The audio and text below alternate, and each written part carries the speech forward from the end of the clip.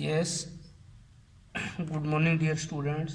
तो आज मैं आपके लिए लेके आया हूँ past tense and his sub part, यानी पास्ट टेंस और फोर उसके जो सब पार्ट होते हैं, simple past, past continuous, past perfect, उनके बारे में पूरी आपको डिटेल से उनको क्लियर करूँगा।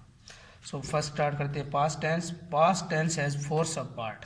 पास्ट टेंस के चार उपभाग होते हैं।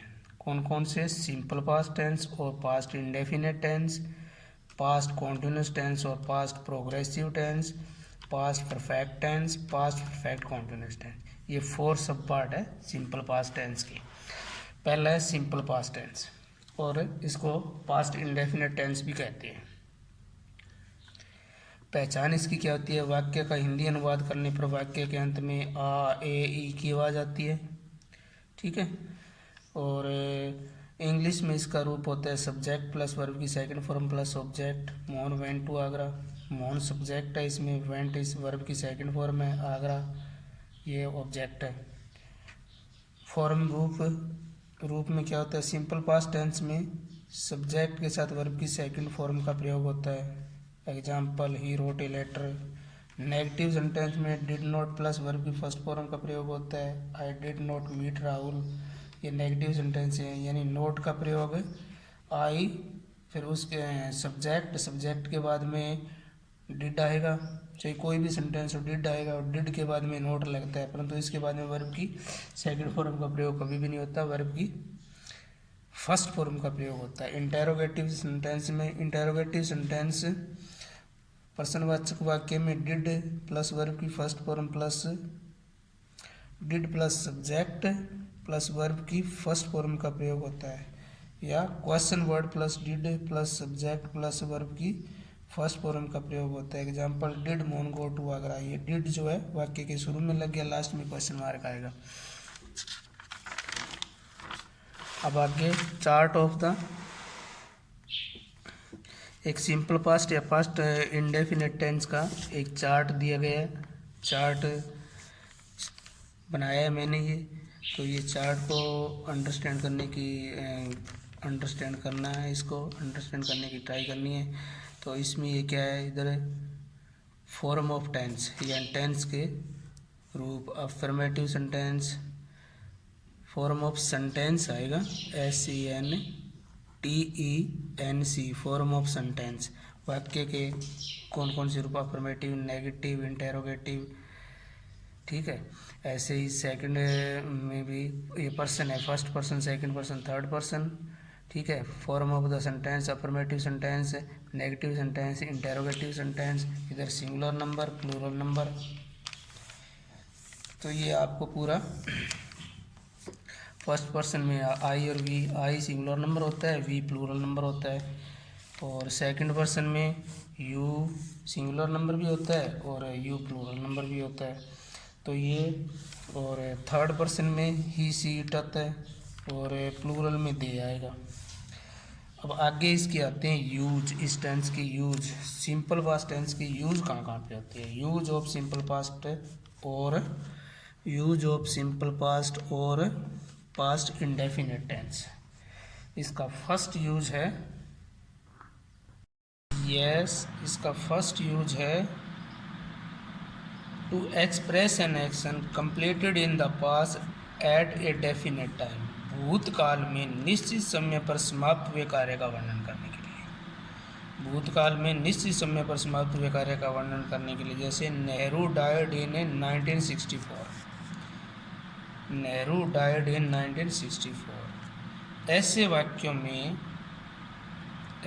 में पास्ट में समय को दर्शाने के लिए ये वर्ड लगे होते हैं, यस्टरडे, लास्ट, एगो और इन प्लस सन, जैसे कि अर्थात इन प्लस 1964, 2000 या अन्य इस प्रकार के शब्द लगे होते हैं। सेकंड यूज है इसका, टू एक्सप्रेस पास्ट हैबिट और रेगुलर एक्शन।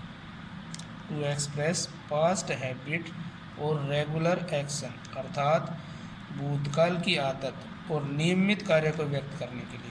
भूतकाल की आदत या नियमित कार्य, मतलब यानी भूतकाल की एक रेगुलर कोई आदत हो। My grandfather always went for a walk in the morning. My grandfather always, यानी ये उनकी एक हैबिट थी, आदत थी, मतलब ग्रैंड फादर की, always went for a walk in morning, सुबह की सैर के लिए जरूर जाते थे। He came to the garden every evening, वह रोज़ पार्क में घूमने जाता था। तो मतलब है ऐसे सेंटेंस में सिंपल पास्ट टेंस का प्रयोग होता है।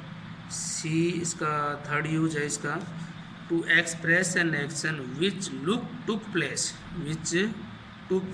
To express an action which took place at a definite time in the past even though the time is not given, अर्थात अतीत के उस कार्य को व्यक्त करने के लिए, भूतकाल के उस कार्य को व्यक्त करने के लिए जो किसी निश्चित समय पर हुआ था, चाहे उसका समय नहीं बताया गया, चाहे उसमें समय ना हो, फिर भी वो भूतकाल में। I bought this suit at Connaught Place. D part है इसका, to express some historical event, to express some historical event, कुछ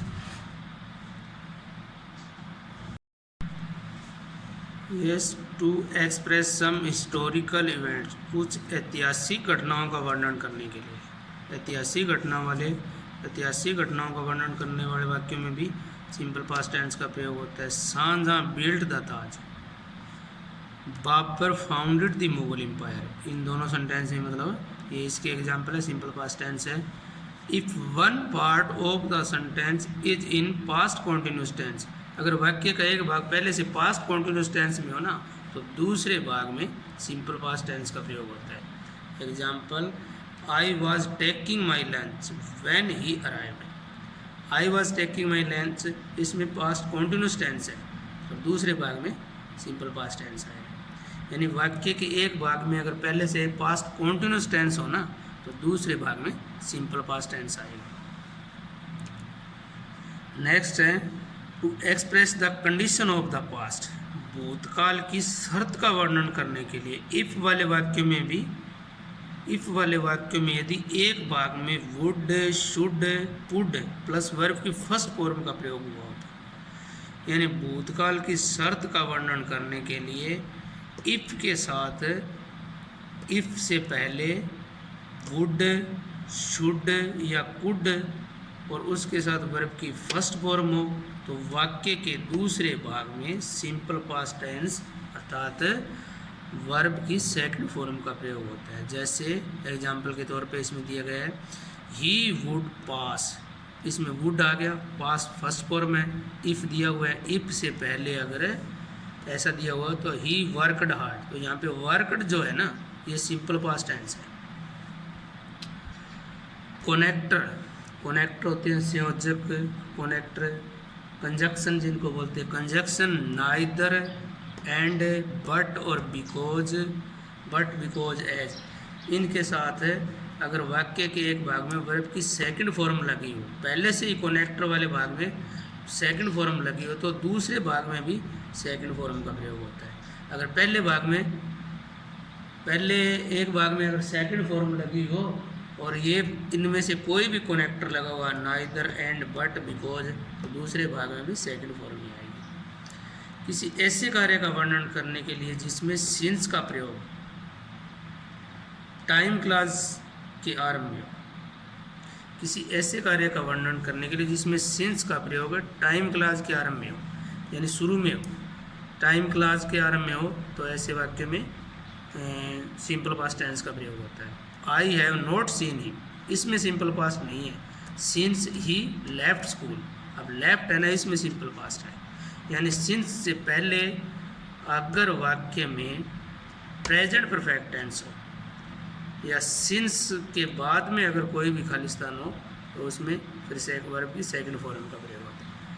it is long since he settled here, it is long since he settled here, ये since he settled here है ना, ये time clause है, here इससे time show होता है। Next tense है पास्ट कॉन्टिन्यूस टेंस।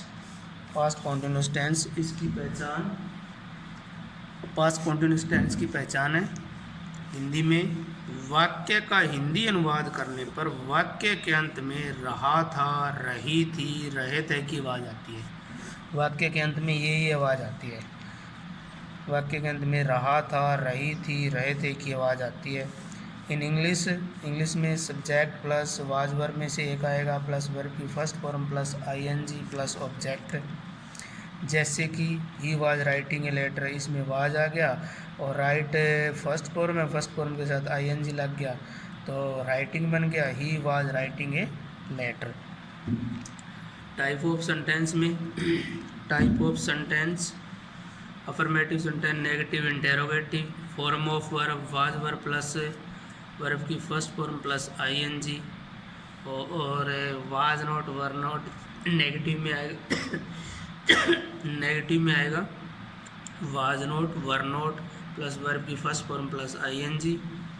ठीक है। इंटेरोगेटिव सेंटेंस होगा तो वाज या वर्ब वाक्य के शुरू में लग जाएगा। एक्सप्लेनेशन में ये दिया गया है, देखो आई ही सी इट तथा सिंगुलर नाउन के साथ वाज का प्रयोग करते हैं, यानी आई ही सी इट तथा सिंगुलर नाउन एक वचन संज्ञा कोई भी हो उसके साथ वाज का प्रयोग होता है। यू दे वी के साथ वर का प्रयोग किया जाता है। नेगेटिव सेंटेंस में वाज या वर के बाद में नोट का प्रयोग होता है, फिर वर्ब की पहली फॉर्म के साथ आईएनजी लगा होता है। अब इस टेंस का प्रयोग, इस टेंस का प्रयोग है use of past continuous tense, यानी पास्ट कॉन्टिन्यूस टेंस का प्रयोग कहाँ कहाँ पे होता है। उसका पहला यूज है, इस टेंस का प्रयोग भूतकाल में किसी निश्चित समय किसी क्रिया के निरंतर रूप से जारी रहने के बारे में। इस टेंस का प्रयोग भूतकाल में किसी निश्चित समय पर पूरे होने वाला और निश्चित समय पर पूरा होने वाले कार्य के जारी रहने का व्यक्त करते हैं। To express an action which was continuing at some point of time in the past. Example है the teacher found that the boy were making a noise. Second example, which I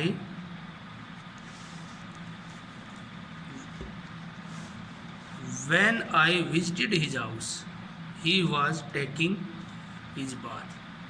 second इसका past continuous tense के साथ मुख्य रूप से when या while लगा हुआ। अगर पास्ट कॉन्टिन्यूस टेंस के वाक्य में मुख्य रूप से when या while लगा हुआ हो, when या while के साथ अगर पास्ट इंडेफिनिट टेंस का प्रयोग हो तो ऐसे वाक्यों में सिंपल पास्ट में क्रिया पूर्ण हो जाती है और कॉन्टिन्यूस में क्रिया चल रही होती है।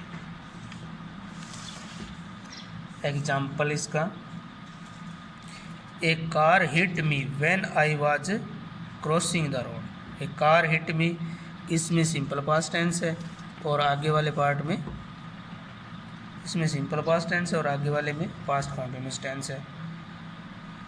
थर्ड इसका यूज है to express an action which were happening repeatedly in the past. भूतकाल में बार बार होने वाली घटना को व्यक्त करने के लिए पास्ट कॉन्टिन्यूस टेंस का प्रयोग होता है। जैसे एग्जाम्पल इसका दे रखा है, he was always asking me for help. He was always asking me for help. अगला इसका यूज है टू एक्सप्रेस टू और more action happening simultaneously in the past. दो या दो से अधिक कार्य भूतकाल में एक साथ होने पर, दो या दो से अधिक कार्य भूतकाल में अगर एक साथ हुए हो तो उसमें पास्ट कॉन्टिन्यूस टेंस का प्रयोग होता है। जैसे example, while he was writing she was looking out of the window. While she was, when या वाइल के साथ वाइल आ गया, वाइल के बाद ये आ गया, दूसरे पार्ट में भी ये पास्ट कॉन्टिन्यूस टेंस आएगा। ऐसे वाक्यों में दोनों भाग में, ऐसे वाक्यों में दोनों भाग में पास्ट कॉन्टिन्यूस टेंस ही होता है। So thanks.